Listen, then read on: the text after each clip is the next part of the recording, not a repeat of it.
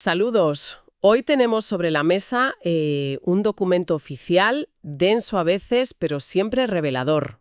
Sí, la Gaceta Oficial de la República Bolivariana de Venezuela.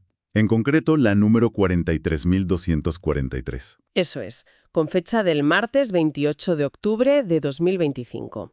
Y bueno, estos documentos son el vehículo formal, ¿no?, donde el Estado comunica sus decisiones. Exactamente. Son una mezcla interesante. Puedes encontrar desde acuerdos de la Asamblea Nacional con implicaciones internacionales serias, Claro. hasta nombramientos muy específicos en ministerios, o incluso reorganizaciones dentro del Ministerio Público. Es como una ventana directa, ¿verdad?, a cómo funciona la maquinaria administrativa y legal del país en un día concreto. Totalmente. Una radiografía, como decías. Y nuestra misión hoy es precisamente esa, intentar desgranar esta edición, ver qué movimientos, qué decisiones clave quedaron ahí registradas. Y tratar de entender qué nos dicen, ¿no?, sobre las prioridades o las tensiones del momento. Exacto. Pues venga, empezamos a desentrañar el contenido. Vamos a ello. Y fíjate, esta Gaceta arranca fuerte, con un tema de, digamos, alto voltaje diplomático. Viene de la Asamblea Nacional. Sí, salta a la vista enseguida. Un acuerdo bastante contundente. Declaran persona non grata a la que era entonces primera ministra de Trinidad y Tobago, Kamla Persad-Bissessar. Uf, eso en diplomacia son palabras mayores. No es una medida que se tome a la ligera, desde luego. Para nada. Y el acuerdo, tal como está publicado, claro, expone una serie de razones para justificar una decisión tan drástica.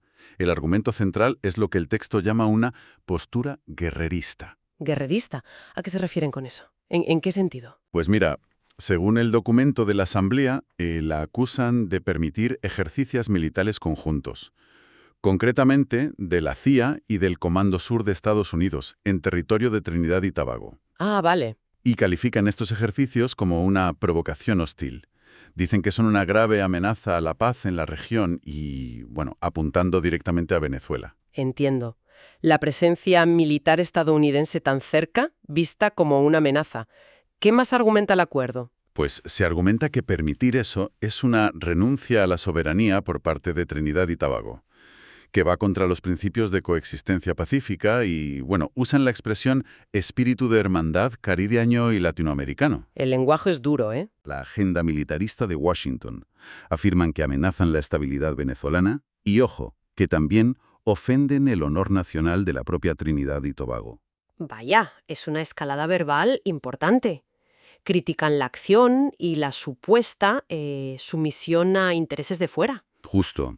Y no se queda ahí. Le imputan a la primera ministra la intención de implosionar el CARICOM, la Comunidad del Caribe. El CARICOM. Sí. Y de violar la proclama de la CELAC, la que declara a América Latina y el Caribe como zona de paz. Y además hay un punto que el propio documento califica de insólito. A ver, ¿cuál es ese punto insólito? Pues el texto expresa, digamos, extrañeza. Dice que cómo es posible que se permita la presencia de tropas estadounidenses y las llama las mismas tropas extranjeras criminales, justo después, según alega el documento, de que ciudadanos trinitenses pescadores fueran presuntamente víctimas de ejecuciones extrajudiciales por parte de fuerzas de EU en el Mar Caribe. Presentado así suena una contradicción fuerte, claro. Lo plantean como una contradicción flagrante, sí. Vale, el acuerdo detalla las acusaciones, pero imagino que no se queda solo en palabras, ¿no? Establece acciones concretas. Correcto, no es solo declarativo. Enumera una serie de pasos. Primero, lógicamente, la declaración formal de persona non grata. Y la vinculan a lo que llaman un plan sistemático para agredir y atentar contra la soberanía, la paz y la autodeterminación del pueblo venezolano. Muy directo. Segundo, un repudio enérgico y categórico a la postura de Persad-Bissessar, calificándola de incitación a la guerra y a la violencia. Hasta aquí, acciones diplomáticas y declarativas muy fuertes. ¿Hay algo más, digamos, tangible? Sí. El tercer punto es interesante, porque conecta lo político con lo económico o sectorial. Se respalda explícitamente al Ejecutivo venezolano en medidas como, bueno, denunciar el acuerdo marco de cooperación energética que existía con Trinidad y Tobago. Ah, tocan la energía. Exacto. Y la suspensión de otros acuerdos energéticos. Lo presentan como una respuesta directa a lo que el documento llama la sumisión del gobierno trinitense a ese supuesto plan de agresión de Estados Unidos. Eso es relevante. Pasan de la retórica a tocar acuerdos de cooperación concretos, y en un área tan sensible como la energía. Sigue la lista de acciones. Sí, quedan 2 puntos más. Cuarto, hacen una solicitud formal por vía diplomática para que el gobierno de Trinidad y Tobago se desmarque públicamente de lo que el acuerdo llama provocaciones bélicas y acciones de falsa bandera. Acciones de falsa bandera. Sí, bueno, operaciones encubiertas que parecen hechas por otro actor. Y quinto, la Asamblea Nacional reafirma su compromiso de seguir denunciando, a nivel nacional e internacional, las graves amenazas que, según ellos, supone esa presencia militar estadounidense allí y las presuntas ejecuciones de pescadores. Queda clarísimo el tono y el alcance del acuerdo. Es un buen ejemplo de cómo la Gaceta puede reflejar tensiones geopolíticas muy reales. Exacto. Y es fundamental insistir, creo, en que estamos exponiendo los argumentos y el lenguaje tal cual aparecen en el documento oficial. No valoramos si las acusaciones son ciertas o no, analizamos lo que dice la Gaceta. Por supuesto. Pero la decisión de declarar persona non grata, y ese lenguaje tan duro, revelan como mínimo un punto de tensión altísimo en las relaciones bilaterales en ese momento. De acuerdo. Bueno, pues dejamos la arena internacional y volvemos a la gestión interna, porque el Ministerio de Agricultura Productiva y Tierras también tiene su espacio en esta Gaceta. Sí, aquí lo que vemos es una serie de movimientos más administrativos, nombramientos, cambios, que sugieren ajustes en la estructura del ministerio. Por ejemplo, encontramos la designación de Jorman Fedor Berbecia Romero ¿Para qué cargo? como director de la unidad territorial del ministerio en el estado Sucre. ¿Y qué implica ese cargo, según la resolución? ¿Se detalla? Pues sí, la resolución, la DM 083-2025, es bastante específica, fíjate. Lo nombran cuentadante. Cuentadante. Una figura clave en la administración, ¿no? Eso es. Responsable de gestionar y rendir cuentas de fondos públicos, como anticipos o fondos de avance. Y además le delegan la firma para un montón de cosas importantes. Aprobar gastos hasta ciertos límites, certificar documentos, autorizar viáticos, pasajes. O sea, que les dan bastante autonomía funcional y financiera para esa unidad territorial. Sí, una autonomía considerable, parece. Podría interpretarse como una forma de agilizar la gestión en las regiones, pero manteniendo un control claro sobre quién responde por el dinero. Entiendo. Hay más movimientos en organismos de agricultura. Sí, hay más. En el INSAI, que es el Instituto Nacional de Salud Agrícola Integral. Ahí nombran a 2 coordinadores regionales, pero con carácter interino. Les ponen la letra E, que suele indicar eso. ¿Quiénes son? José del Carmen Araujo Meléndez para el Estado Trujillo y Luis Eduardo Antonio Izaguirre Abreu para Carabobo. Son las providencias número 004 y 005 de 2025. ¿Y qué destaca en estos nombramientos del INSAI? Pues un detalle importante es que, en los 2 casos, estas nuevas designaciones revocan nombramientos anteriores, nombramientos que se habían hecho en 2023. Ajá, o sea, cambio de personal o de dirección en esas coordinaciones regionales. Eso parece sugerir, sí. ¿Algo más del sector agrícola? Sí, también hay cambios en la directiva de ENASA. Es la Empresa Nacional de Sistemas de Silos y Almacenaje que depende del conglomerado Agrosur. Silos y almacenaje, clave para la logística. Efectivamente, pues nombran a Gerardo Esteban Delgado Santos como nuevo presidente de la empresa. Y también designan nuevos directores principales y suplentes, nombres como María Alejandra Terán Pérez, Pablo Gerardo Barrios Azuaje, y como suplentes, Yajaira Josefina Álvarez Sierra, Juan Altrio Villarruel. Y supongo que aquí también. Pues sí, lo has adivinado. Esta providencia, la número 0122305, también deroga nombramientos previos, en este caso unos que venían del año 2020. Vemos un patrón claro entonces. Nombramientos que anulan designaciones anteriores, de 2023, de 2020. ¿Qué podemos inferir de esto? Bueno, este patrón sugiere un proceso activo de, digamos, reajuste o consolidación administrativa dentro del sector agrícola estatal en ese momento. Podría ser por muchas razones, ¿eh? Claro. Quizás un cambio de políticas que necesita otros perfiles o que se terminan ciclos de gestión, o simplemente la rotación normal en cargos de confianza. Pero los cambios en INSAI, Salud Agrícola, y en ASA, Almacenamiento, tocan áreas sensibles para la producción y distribución de alimentos. ¿Podría indicar un foco en mejorar la eficiencia o el control? Ahí. Podría ser, sí. Entendido.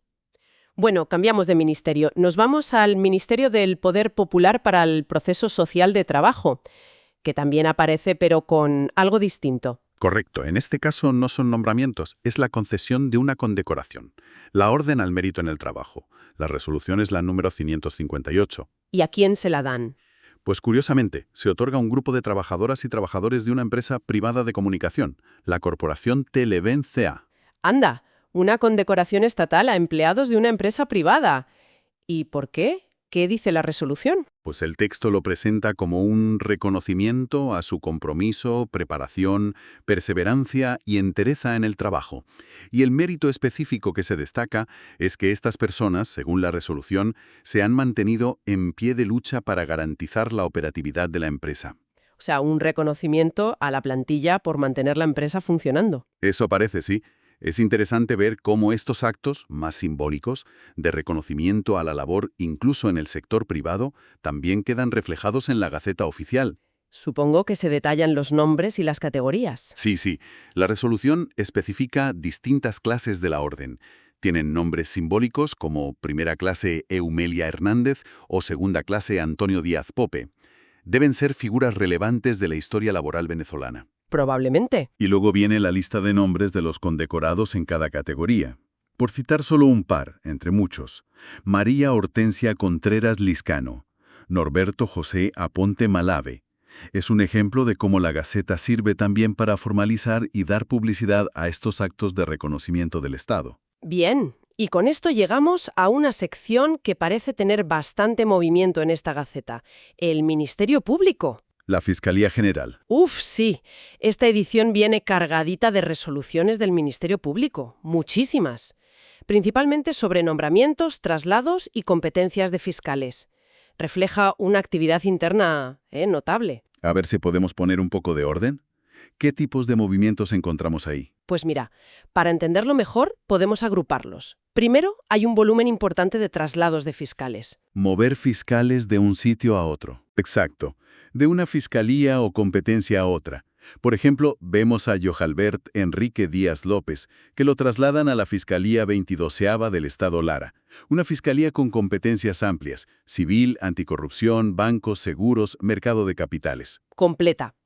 O Roslady del Milagro Navas Altamira, que va a la Fiscalía 24 Nacional, que está especializada en un tema muy específico: restituciones.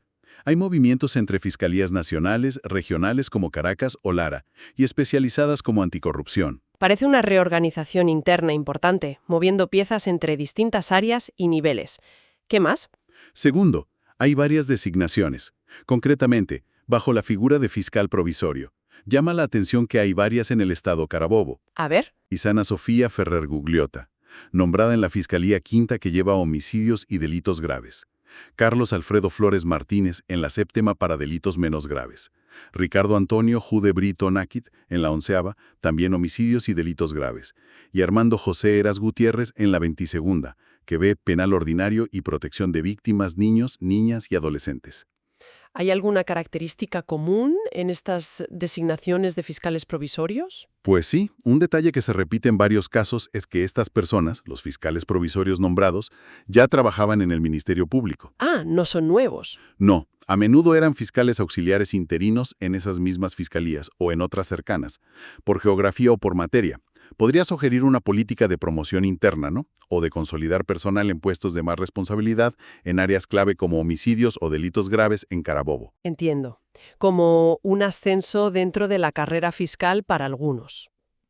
¿Algún otro tipo de resolución del Ministerio Público en esta Gaceta? Sí, hay también una revocación explícita. La resolución número 1800 anula una resolución anterior, la 1283, de agosto de 2025. Parece que trataba sobre un cambio de sede de la Fiscalía 44 Nacional. Es un ajuste administrativo, sin más. Vale. Y luego, y esto es interesante, hay dos resoluciones sobre redefinición de competencias. Redefinición de competencias. ¿Qué implican exactamente? Suena importante. Lo son. La primera, la resolución número 1803, es muy relevante para los casos de violencia de género. Lo que hace es delimitar que las fiscalías adscritas a la Dirección para la Defensa de la Mujer intervendrán en todas las fases del proceso penal. ¿Todas? Sí, preparatoria, intermedia y de juicio oral. O sea, desde el principio hasta el final del juicio. Busca asegurar una actuación completa y continua de estas fiscalías especializadas. Y la resolución lista las fiscalías afectadas en Caracas, Aragua, Nueva Esparta, Lara, Zulia, unas cuantas. Eso suena a un esfuerzo claro por fortalecer la actuación del Ministerio Público contra la violencia de género, asegurando que los fiscales especializados acompañen el caso entero. Importante. ¿Y la otra resolución sobre competencias? La número 1804 se centra en una fiscalía concreta, la Fiscalía 12ª del Estado La Guaira. Reorganiza técnicamente esta fiscalía, confirma su competencia en delitos menos graves, tránsito, vehículos y vialidad. Pero lo más llamativo es que detalla de forma exhaustiva la lista de atribuciones y deberes de esta fiscalía. ¿Puedes darnos una idea? Porque suena a que van más allá de decir, se encargan de tráfico. Mucho más allá. Es casi un manual de funciones metido en la Gaceta. La lista incluye ejercer la acción penal en nombre del Estado, pedir desestimar denuncias si no hay delito, ordenar archivar expedientes, dirigir la investigación penal y a la policía en esa investigación, Vaya. garantizar derechos de imputados y víctimas, pedir medidas como imputaciones u órdenes de aprehensión, velar por los intereses de las víctimas, presentar los actos conclusivos, o sea, acusar o pedir sobreseguimiento, pedir cooperación internacional, bueno, y un largo etcétera. Es fascinante ver ese nivel de detalle en la Gaceta. Te muestra, negro sobre blanco, cómo se espera que funcione una fiscalía de ese tipo, el alcance de su poder y sus responsabilidades. Precisamente. Deja claro el marco normativo y operativo de esos fiscales. Si miras todas estas resoluciones del Ministerio Público juntas, traslados, designaciones, la revocación y, sobre todo, estas redefiniciones de competencia, dibujan un panorama de ajuste constante dentro de la institución. ¿Y qué buscarían con tanto ajuste? Pues podría interpretarse como una búsqueda de mayor especialización. Se refuerzan áreas como anticorrupción, defensa de la mujer, delitos menos graves, quizás una optimización de los recursos humanos y un esfuerzo por clarificar y asegurar la cobertura procesal completa en las materias asignadas a cada fiscalía. Muy bien. Pues creo que hemos hecho un recorrido bastante completo por los puntos clave, ¿no?, de esta Gaceta Oficial del 28 de octubre de 2025. Es realmente notable la cantidad y la variedad de información que condensa un solo número. Sí, desde una declaración diplomática de altísima tensión, Uf, sí. hasta nombramientos muy específicos en agricultura, reconocimientos laborales y esta reorganización profunda que vemos en el sistema de justicia. Totalmente. Cada gaceta es una instantánea, ¿verdad?, de la actividad y las prioridades del Estado en un momento concreto. Sin duda. Y quizás el punto final para reflexionar, la pregunta que a mí me queda flotando es, ¿cómo se conectan todas estas piezas, que parecen dispares a primera vista? Buena pregunta. ¿Podrían estas decisiones administrativas en agricultura, estos ajustes en las fiscalías especializadas como las de mujer o anticorrupción, leídas junto con declaraciones políticas tan fuertes como la de Trinidad y Tobago, señalar un conjunto coherente de prioridades del gobierno? ¿O quizás son respuestas a desafíos concretos, internos y externos, que enfrentaba Venezuela en ese momento, en octubre de 2025? Esa es una excelente pregunta para dejar en el aire. Documentos como este, que parecen áridos, burocráticos, realmente revelan mucho si se leen con atención. Esperamos que esta exploración haya sido útil e interesante. Hasta la próxima.